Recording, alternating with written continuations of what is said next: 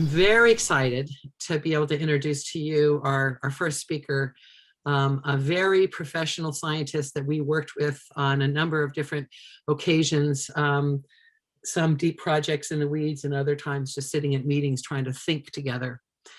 Alan Driscoll, who's the Vice President and Director of Environmental Services for Forsgren Associates, is going to make a presentation entitled Informed Assessment in Abandoned Mine Land Areas, a topic about which he is tremendously well informed. Well, thank you, everybody. I'm glad, looks like we got a pretty good turnout, and I'm glad everybody could show up. I very much appreciate the invitation from the Sierra Fund. As Izzy indicated, we've been working together for a number of years, and it's been an interesting journey. We've spent a lot of time together traipsing around up in the hills, looking at old abandoned mine land features, just bouncing ideas off of each other. And we've done work on a couple of projects, which I'll touch on here today. So I'll give a little bit of an introduction both to myself and to the talk, give you a little bit of background with which to sort of frame the discussion points, which are the challenge associated with working in abandoned mine land areas in the Sierras, objectives that we do or should be looking at when we're doing this kind of work in the Sierras. And then I'm going to walk you through a few case studies. The first one is going to be a property development case study. The second one is going to be a mine remediation. And the third one is going to be a property acquisition. And then there'll be a few takeaways, and then we'll have a couple of minutes, if I time this right, for some Q&A. So this is a report that just came out from the Sierra Fund and kind of the impetus for this series of talks that you're viewing, including this one today. And so myself, I'm a geologist by training. I've been working in the field for about 30 years. The first half of my career was spent actually working for mining companies. So I was paid to hunt for buried treasure, which I loved to tell my friends at the time, and doing mineral exploration, looking for gold mostly in the southeastern US and Alaska and a few places in between. Then I switched to environmental work in the early 90s and spent a lot of time working on Superfund sites and mine reclamation sites, doing small projects from environmental site assessments all the way up to remedial actions and remedial investigations. But I also spent some time doing some PRP investigations and some site operational and occupational history investigations, which were really fascinating and kind of bear on some of the things that we're talking about here today and through this whole series. I've been working for Forsgren Associates for 20 years as of this year, and we are a firm, and we do work related to water resources and environmental and things like that. So I want to talk about the challenge. There are a lot of abandoned mine land sites in the Sierras. Many of you have seen this map. If you were here last week, Izzy presented this map. What appears to be yellow lichens on the state of California is actually abandoned mine land sites, gold mines specifically, and there's a lot of them. Also, these features are not well behaved. They show up on old maps sometimes. They can be identified in historical photographs sometimes, and they appear in database searches sometimes. So properties with abandoned mine land features may have chemical hazards associated with them: arsenic, mercury, the usual suspects associated with mine sites, and maybe some other things. Physical hazards, adits, shafts, unstable ground, those kinds of things. There may be significant cultural resources in and around those areas with the AML features. As Izzy has pointed out, people lived here long before there was mining. And in the Sierras, of course, beautiful environment. There are lots of environmental resources, Some of them may be significant on these sites. All of this means that there may be significant liabilities on some of these properties, or these properties may be limited in terms of what you can do with them. So, objectives. This is going to be one of the takeaways for today, from my presentation anyways, and that is, it's really important that when we're working in the Sierras and we're working in abandoned mine land areas, that we understand why we're doing what we're doing. So for example, on a property that you want to develop, and I use that term loosely or broadly rather, to include, building a house, putting in a new road, or building some type of civil infrastructure, anything that's developing the property. Well, typically you want to avoid and or mitigate, if needed, environmental or cultural resources to the extent that you can, to the extent that you're allowed. For a mine remediation project, some of those same things that you may avoid or mitigate, you may actually want to factor into the remediation plan. So if there is, if you have slope instabilities or extensive erosion associated with previous activities, maybe that gets factored in. There will be some things, of course, that you need to avoid and need to mitigate, but to the extent that you can factor it in, so much the better. For property acquisition, usually the bar is due diligence, but really the spirit of due diligence is to understand any potential liabilities on the site. And as I've indicated earlier in the presentation already, that can sometimes be challenging in abandoned mine land areas. Okay, so, and Izzy, I'm trusting that you or somebody else is going to keep me on track. I've tried to keep this at 15 minutes, but we'll see how I do here. Never fear, Alan. I will keep you on track. I had no doubt. So property development, case study 1. So this is a land application area.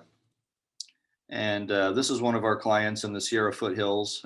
They are a wastewater utility, and they take effluent from their wastewater treatment plant and they discharge it to this grinding rock reservoir where they blend it with surface water from the nearby creek. And then after it's been blended, they use it for irrigation. And you can see the irrigation fields shown here on the map. There's a number of spray irrigation fields and one flood irrigation field. And that's used for pasture for non-dairy animals. New permit came out about a year ago from the State Water Resources Control Board, requiring this utility to put in a tailwater runoff control system. And the concern is that runoff from the irrigation could go directly into the surface water and not have the opportunity to infiltrate into groundwater and be purified through natural processes. And they wanted that designed and constructed by June 1st of 2021. And that's not going to happen. So we worked with the client to modify the approach in full discussion with the water board, rest assured. And what we did is we came up with a conceptual design, first of all. So rather than going to design and construction or the typical path where you put together the design and then you go out for environmental review and see what kinds of changes you have to make to the design, we recognized from the get-go that there were probably going to be some significant environmental and cultural resources out here. So we didn't want to put any more effort, time, or money into the engineering work until we had a handle on those other issues. As a clue, Grinding Rock Reservoir has been there for a long time. And what we did is well, first of all, so the creek of concern is the blue line. And then the concept was to put a series of berms and ditches at the lower end of the irrigation fields to prevent runoff from going into the creek. So that's what the teal lines represent. That's where we would conceptually put these berms and ditches. But we talked to our client, and we encouraged them to develop an environmental strategy wherein we did some preliminary environmental and cultural work. Again, just knowing that there were going to be issues out here. So we did, and sure enough, we found some significant cultural resources. Environmental work is going on as we speak, but we already know that there are going to be some significant environmental resources as well. So much so that not only is this work going to inform the next phase of the design, it may completely and radically change the design. Rather than any type of physical construction on site, we may actually be looking at automatic controls and sensors to help avoid runoff into surface water rather than physically disturbing the site out there. So this is an example of helping people to make informed decisions by understanding the issues that are on the site. In our second case study, this is Grizzly Creek Diggings, and those of you who have been involved with the Sierra Fund for a while are probably familiar with the site. And what we have here is an excerpt of a LiDAR survey that was provided by the U.S. Forest Service, and we received that from the Sierra Fund, superimposed on a USGS photo, or a topo map rather, courtesy of Pat Wickman, who's on this call. Thank you, Pat. And outlined in red is the Grizzly Creek Diggings area. I'm going to zoom in on this a little bit. So Grizzly Creek Diggings, hydraulic mine site, surface disturbance. You can tell just by looking at the smooth, almost silvery skin of this LiDAR surface that the area within red is heavily disturbed. And of course, that's what you'd expect with a hydraulic mine site. We know that there's mercury on the site as well. And so this project, ultimately, we want to remediate the site, and we want to do so in a complementary way with a larger project that's being conducted by the Tahoe National Forest for fuels reduction and other environmental enhancements on the project, which I'm not going to get into here, but just understand that this is part of a larger project. So we had initially, actually, I'm going to go back to this. We initially had this grand idea that we were going to reconstruct the surface topography and create a new digital surface that we were going to try to adhere to, and that we were going to, smooth out the surface and make it look more natural, at the same time sequestering mercury within the soils, stabilizing the soils, minimizing erosion, and so forth. And we had gotten ahead of ourselves. We needed to adjust our objective and understand that what we were trying to do at this stage of the project was simply to get this to the next level so that we could get this project funded and then do some good with that money. So we took those grand schemes and distilled them down into a very simple concept in this remediation design. 1 minute, Alan. 1 minute? Okay. Primarily focused on erosion control. And I am going to speed up here a little bit. Stabilization of soils in order to get the best bang for the buck. And this is all about informing the decision makers, who in this case are the people holding the purse strings. Now, my last case study, the Champion Mine, I cannot go into too much detail on this because you're going to be hearing more about it in our next talk. We knew there was a mine out there.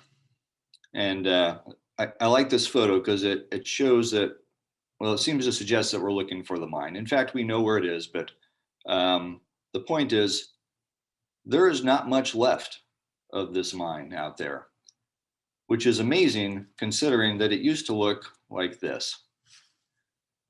Huge structures, huge infrastructure. And we were pulled into this project because there was a potential property acquisition. There had been some due diligence done. The Sierra Fund wanted to take a harder look, and they asked us to come in and help. And we worked with the US EPA under the Brownfields program, did some more focused sampling and analysis in and around the mine workings. And there was some potential liability identified, Potential remediation costs were estimated, and the potential buyer was able to make an informed decision about how to move forward. So, takeaways. I'm just about done here, Izzy. Understand your objective.